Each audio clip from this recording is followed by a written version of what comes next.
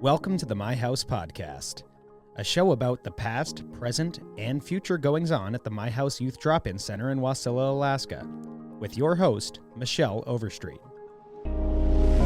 Hi, welcome to episode 60 of the My House Podcast. I'm your host, Michelle Overstreet, and today I'm joined by Isaac Smolden. Hi. Our communications director. It's been a little bit since it's just been the two of us sitting down and rapping on something for a little bit. It has. We've got so much else going on lately with Rabbi Mendy and Chris Patterson from the HUD office. Can't say that because it hasn't released yet. Oh, shoot. That's okay. Ozzy will just cut that part out. Yeah, Rabbi Mendy, let me start from here. Yeah, we've had so much else going on with Rabbi Mendy and, My Voice stuff and To the House stuff and a lot of other My House podcast stuff. And today we're going back to talking about some exit strategies, which is something that you identified, and we kind of off and on again are going to be sprinkling these in here and then have a nice playlist. And it's nice because we talked about healthy youth. We talked about the power of community when it comes to helping foster exit strategies from homelessness, and we talked about healthy choices, right, with making the right choices for your mind and for your body, getting into behavioral health treatment, our peer support team, the work that they're doing with Shinar. But now, recently, kind of related and yet unrelated at the same time, we had our data come out for all of our unique clients from 2024. So this was everyone that enrolled with My House, not everyone that we served, but just if the first time that we saw them was in 2024. 2024, but then we have the data from 2023 on housing and job training, right? Yeah. So it is kind of a mix. We have like a 2-year sample, and then all of the folks from just the past calendar year that if they did an intake at any point in that time frame, then we looked at some numbers. And it's really, really cool because the stuff that we looked at and the data that we tracked all have a determinant on, are you going to be able to exit, the support systems or the homeless service systems or just homelessness in general successfully and stay exited? Yeah, and can you be sustainable? Can you be sustainable? And this is really critical, I think. When we talk about exit strategies, there's specific data that goes with that, and the outcomes of programs really, in order to measure success as an organization that serves homeless youth, we have to be reporting outcomes that give us ideas about how many kids are housed when they leave our housing 1 year later, 2 years later. The kids that we're training for jobs, are they working 1 year later or 2 years later? Are they in housing 1 year or 2 years later? And so we're really talking about data that gives us feedback on the effectiveness of our both housing, job training programs, but also empowerment and life skills and education and, how this is like a report card. Mm-hmm. Yeah, 100%. And it's hard to track this, but it isn't. I think a lot of folks, when we go to, national conferences or have these discussions, people, I think what a lot of grantors hear a lot is how difficult it is to keep track of all of this, which is true because you're serving a population that is very, very transient as far as they're not always going to come back and check in. If they're unsuccessful, maybe they, then don't have a phone or move towns or move states.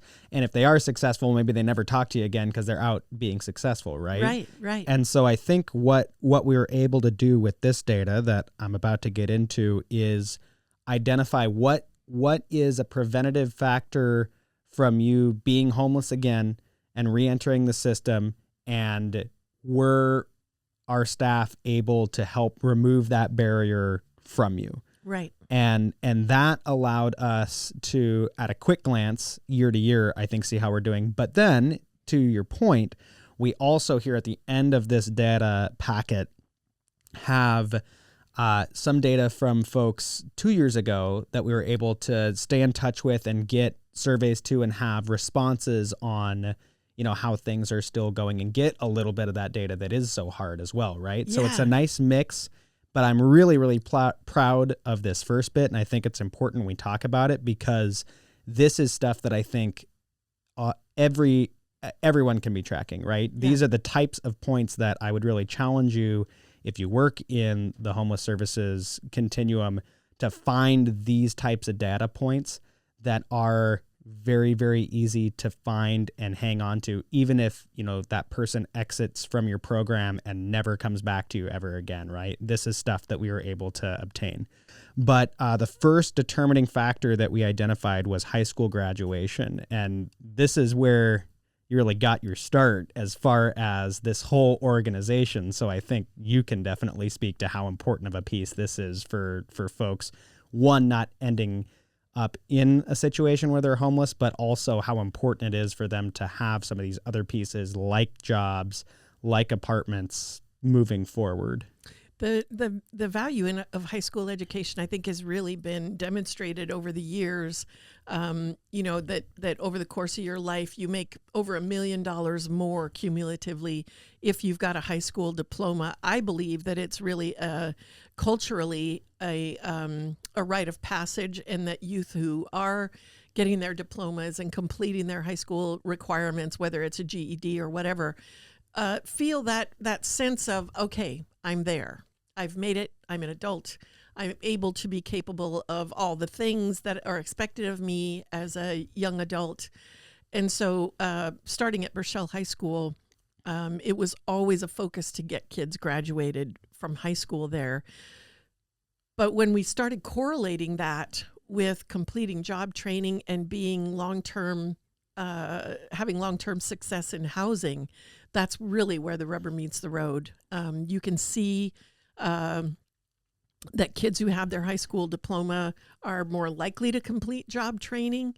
I'm so proud of our 3.1 treatment program. It's substance abuse and behavioral health program, because we've incorporated job training into the treatment program. So those young people are getting their substance use treatment, but coming over here during the day, finishing their high school diploma, getting job training.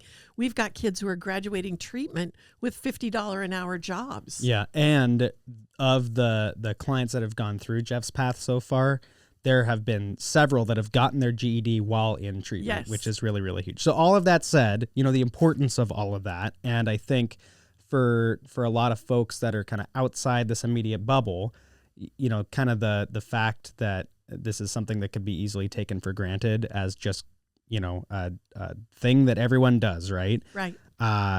43% of our new clients last year did not have a GED or diploma when they came to us. Almost half. So that thing that a lot of us would take for granted as just something that you do, almost half of our clients did not have that complete. And we had 146 unique enrollments last year, and 63 of those people did not have a diploma when they first did an intake here. Mm-hmm. A couple of them might have been under 18. I would say anecdotally, the vast majority of those folks were past high school, typical high school age. Yeah. So that's a large percent of folks that don't have that piece that we know is so important for all the other stuff we're about to look at. And what our data showed was, of those 63 individuals, we had 65% of them that re-engage that.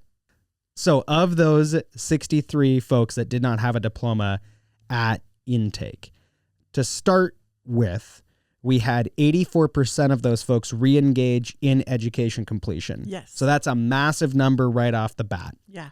16% did not. Now, of that 84%, 19% of them had re-engaged but then dropped. But 65% of clients are in the green on my chart, and 41% of them by the end of that year had obtained their high school diploma or GED, and then another 24% were still actively enrolled. Yeah. And when this isn't like a perfect sample size, because we could have someone that did an intake in January of 2024, we could have someone that did an intake in November of 2024, So I'll be curious to see how this data moving forward, when we look at like the 2024 unique enrollments at the end of the next calendar year, how much that percentage has jumped up even higher to obtain their GED or diploma. Because you could have someone that had only been doing it for 2 days because they enrolled in December, Right. late December, right? So just right off the hop, 65% of folks being in the green, I think, is a massive, massive win. Yeah. To our earlier point of how important this is. Mm-hmm. And there are a lot of jobs, especially entry-level jobs, that pay above minimum wage, but you have to have a high school diploma. Yeah. The biggest barriers our clients have in general are high school diploma and clean UA. Yeah. So speaking of that a little bit, another key point that we identified as being an exit strategy and a major barrier is substance abuse or behavioral health needs. So 146 clients, unique enrollments last year, right? We served more. This is how many just did an intake in 2024. 71% of that 146, and that was 104 individuals, had a behavioral health need. Mm-hmm. So huge percentage right off the hop. Oh, yeah. 60% reported drug use, and I think we lumped drug/alcohol, substance abuse in that category. That was over 50%, right? That's 87 individuals.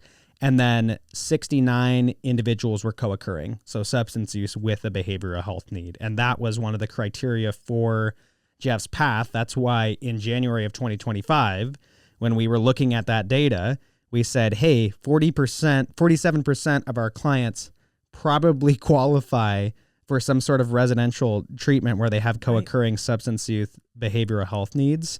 This is something that we have to address now, right? Yeah.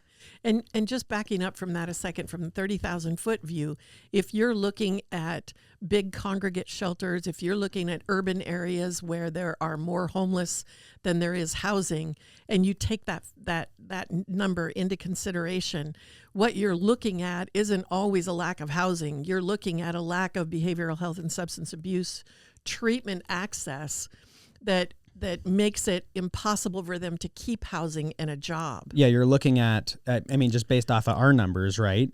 If that would mean that only 30% of our clients probably have the skills needed. That's a huge generalization, but only 30% of our clients don't have some sort of behavioral health needs. So if you just put them in housing without having, at the very least, that behavioral health support or pathways to treatment, 70% of your clients are going to blow out of that immediately. Yes. So it's a huge gap. Now, the good news with this chart in particular, so 100% of those 104 were provided with the opportunity to engage in treatment, and 61% of that 104 had chosen to engage in treatment, were actively enrolled in recovery lifestyle, the services that they needed. And that, again, is when we're talking about this population, 61% of 104 individuals is a huge number. Yeah, I think this is a place where the rubber meets the road in terms of the number of homeless people that we see on the streets in the Mat-Su Valley. When we've been working upstream for 15 years, providing services that offer those kinds of recovery numbers for a 60% demographic, that is going to keep people off the streets. It keeps long-term homelessness from happening, and it empowers those young people to feel like they have not only support for addressing their behavioral health needs, but tools themselves to use that include, resilience strategies and refusal skills and negotiation, boundaries, communication, all those things that are treatment oriented.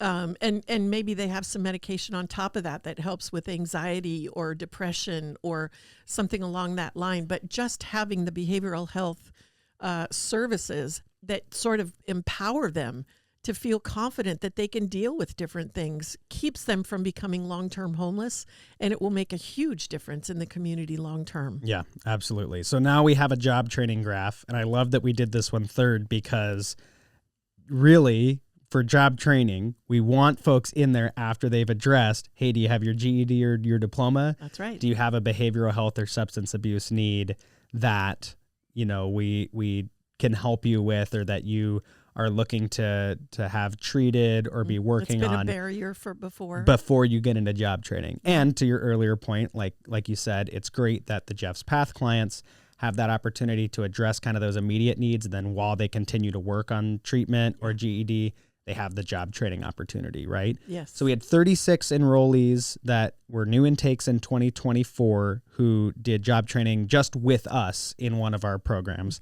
86% of those 36, that was 31 out of 36, moved directly from job training into employment. And only 5 that were engaged in job training here did not graduate that job training program. Beautiful. And I'm very, very proud of that 86% number. Oh man, it's huge. It's huge.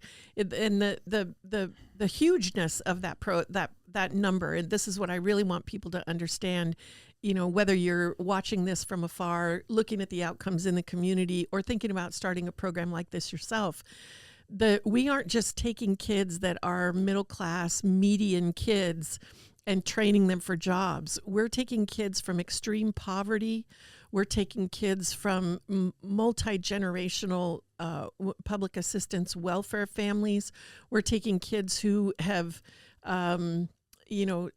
experienced abuse and neglect to the extent that nobody ever sat down to have a meal with them like a family, that nobody said to them, when you burp, just say, excuse me. That's a polite thing to do. That when you're in a customer service position and you're getting ready to come to work, you take a shower and you comb your hair and maybe you shave and you put on deodorant and brush your teeth. And you don't use the F word when you're in a customer service position, and you do that in the back of house. Yeah. There's a place and time for that, but in those training opportunities for our training programs, we're really taking kids from below, significantly below the median up to being employable. And I think that people miss that.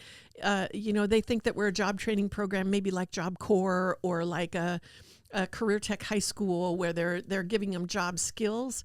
A lot of the skills that they get from us include the high school diploma. It includes the coping tools for anxiety. It includes behavioral health and substance abuse, but it also includes peer support in those job training programs where you're learning how to be employable. Yeah, absolutely. And speaking of employment, our last graph from 2020 or 2024 unique enrollments was an employment graph. And earlier we had mentioned that 43% of our clients did not have a GED or diploma at intake. Right. With employment, it was significantly higher, which may or may not be surprising. I think to me is not surprising when you have someone that is actively in a state of homelessness. But 74% of our clients were unemployed when they came to us. That was 108 people. I think it's almost more surprising that 38 people were still holding a job while they were eligible for services. Yeah. That is some serious resilience in my mind. It is.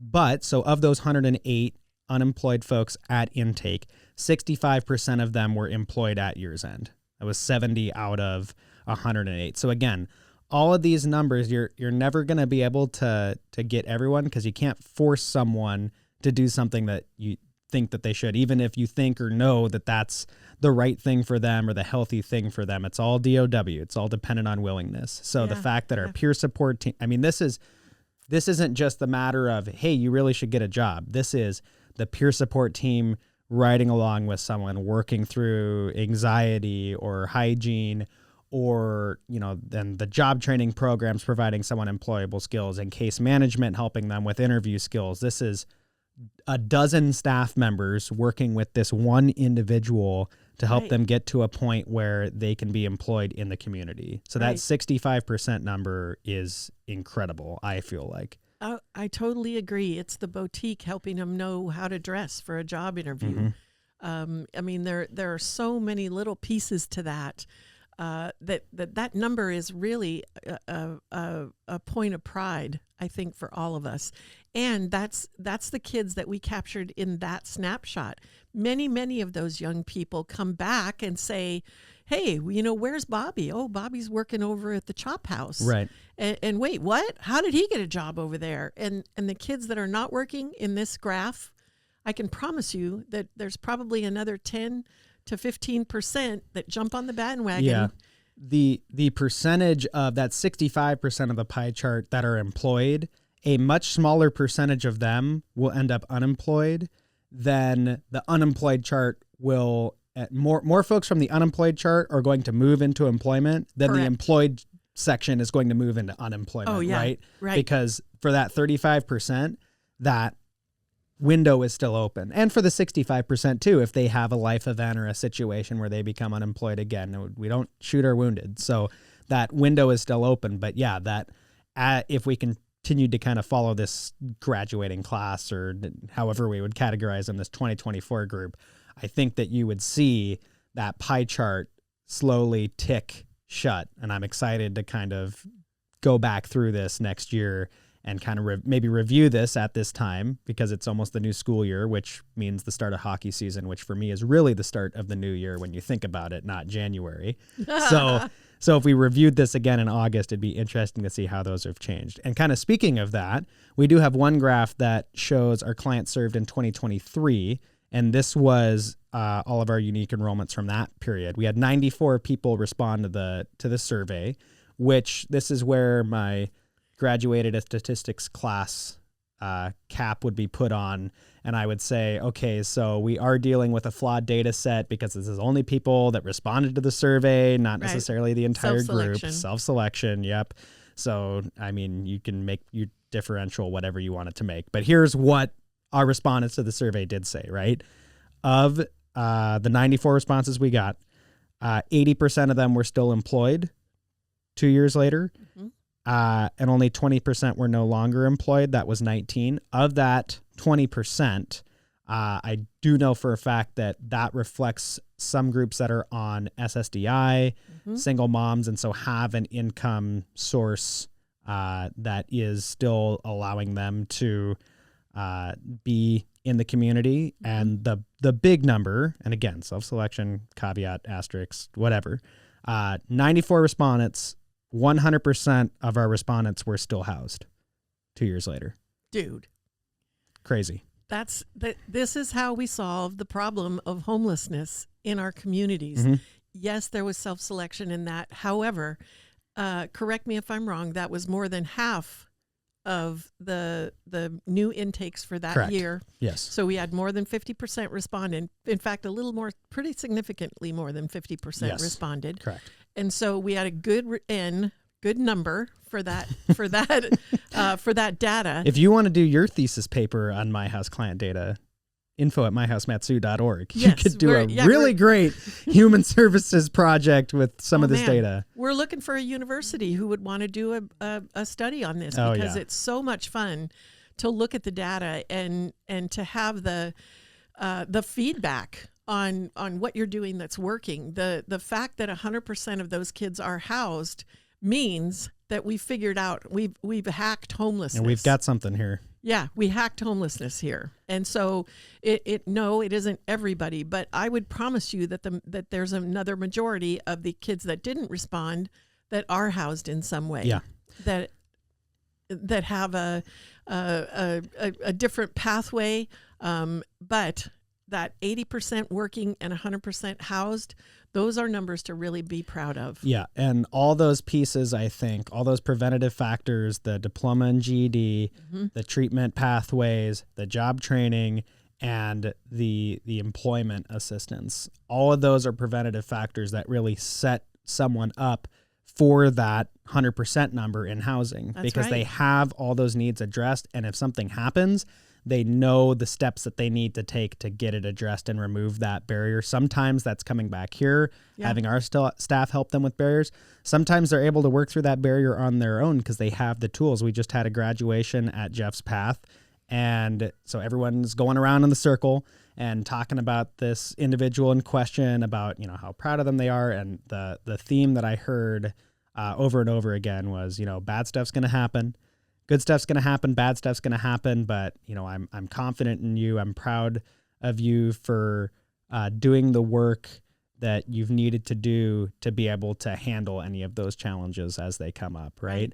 And it's not just treatment. It's really, I think, all of our programs that the goal is not to just solve, an immediate problem or just help someone from an immediate crisis, but really allowing you to work on what you need to work on and find the answers to these problems that may come up again and again, but where you need to go, who you need to talk to, what you need to do so that you're sustainable. Yes. And you're housed and you're working. Yes. And you're happy. Right. Right. You feel accomplished. You feel like this is where the concept of community comes into play. And another reason that I really truly believe that homelessness has to be solved in the small neighborhoods and communities across the nation. It can't be solved in a 500-bed shelter. It requires the community and the person to feel like they're valued in the community, to be able to come back and say, okay, this didn't work out so great. Maybe that isn't my, future dream, but I'm still worthy of a life that I would love. And so what's another training I can do? Or what's another place that I could plug in? We've had clients who went through the barista training, worked 3 or 4 years as a barista, and then came back and said, can I do the administrative assistant training at Northern Industrial? And they go over to Northern Industrial and learn all the word programs and the telephone etiquette and all the things that they need to know to be somebody's executive assistant, and move into a job that pays significantly more and has better hours, and it's a lifestyle change. So sometimes I think that the entry-level jobs that they achieve are really just a foot in the door for them to recognize their value, identify where they want to go from there, and then set a target that's a bigger goal. Nothing will help you figure out what you want to be doing for the rest of your life like delivering pizzas for a couple of years. That's my lived experience. That's what I learned in one of those jobs. And I loved back of house stuff, but I also knew that it is not what I wanted to do for the rest of my life. I made the joke that waiting tables motivated me through 2 college degrees because I never wanted to have to do that as a living. Yeah. It's hard work. Yeah, it is. It is. And I think that, you learn the work ethic there, and you learn, and you have lots of time to think about what is it that I would like to do, for my life. Right. And then in that job, you're still working hard, but you're just kind of progress, not perfection. You're taking steps to being in that place that you want to be.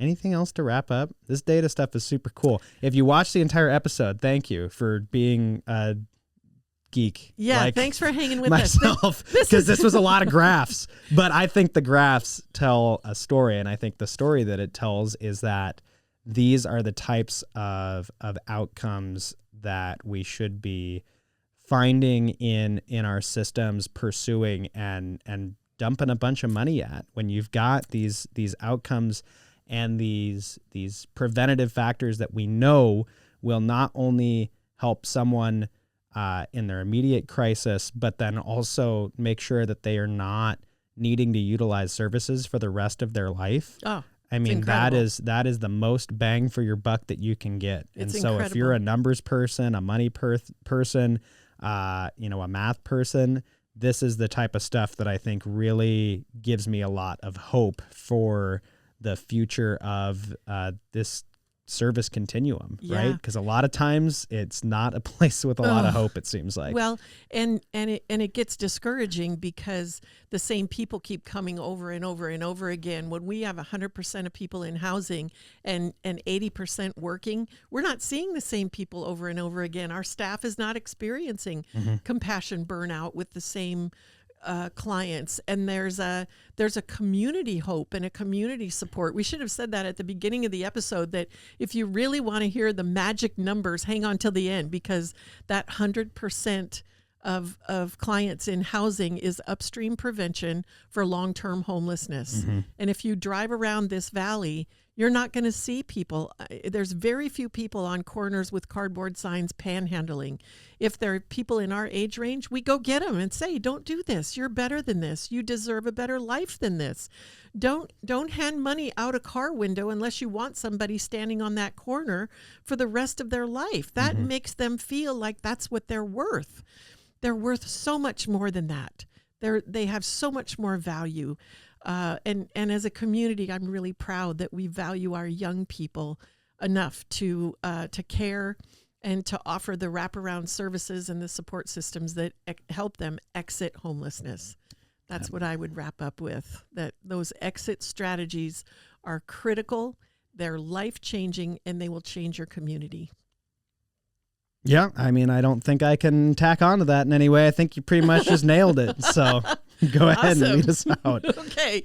Well, that's all the time we have for today. Thanks, Isaac, for being here and for making all the pretty graphs. I look at the numbers. Isaac makes them pretty. They're much more Thank you to attractive. Roger and Fred for being bloodhounds and compiling all of that. And following up, Fred, calling the kids and following up with them. The My House podcast is recorded at the My House studio in Wasilla, Alaska. Our producer and editor is Ozzie Keener. I'm Michelle Overstreet. Until next time.